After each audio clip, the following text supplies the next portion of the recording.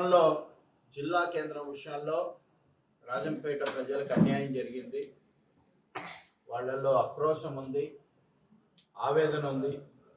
ఆ ఆవేదనంతా నిన్న జరిగినటువంటి బంద్ రూపంలో ప్రజలందరూ స్వచ్ఛందంగా కదిలించి ప్రజా సంఘాలు, ప్రజలు, అన్ని వర్గాల ప్రజలందరూ కూడా స్వచ్ఛందంగా బంద్ చేయడం జరిగింది.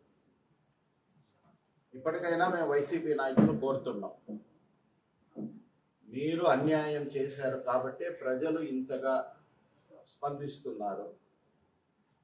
ఇప్పటికైనా పరిస్థితి మార్చడం అనేటటువంటిది మీ చేతుల్లోనే ఉంది. వైసీపీలో రాజ్యసభ సభ్యుడు మేడ రఘునాథ్ రెడ్డి రాజీనామా చేసినా దీనిలో రియాక్షన్ ఉండదు. లేదు మేము మా పార్టీ పదవులకు రాజీనామా చేసినా పెద్దగా మార్పు ఉండదు. మార్పు కేవలం ఇద్దరి వల్ల మాత్రమే సాధ్యం. అది లోక్సభ సభ్యుడు మిథున్ రెడ్డి గారు, ఎమ్మెల్యే అమర్నాథ్ రెడ్డి గారు. మీరు రాజీనామా చేస్తే వెంటనే ఎన్నికలు వస్తాయి, ఎజెండా మారుతుంది. కాబట్టి ఇప్పటికైనా కానీ వీళ్ళిద్దరిని మేము డిమాండ్ చేస్తున్నాం. గతంలో మేము తప్పులు చేశాం, ఇంత గందరగోళానికి మేము కారణమైనాం.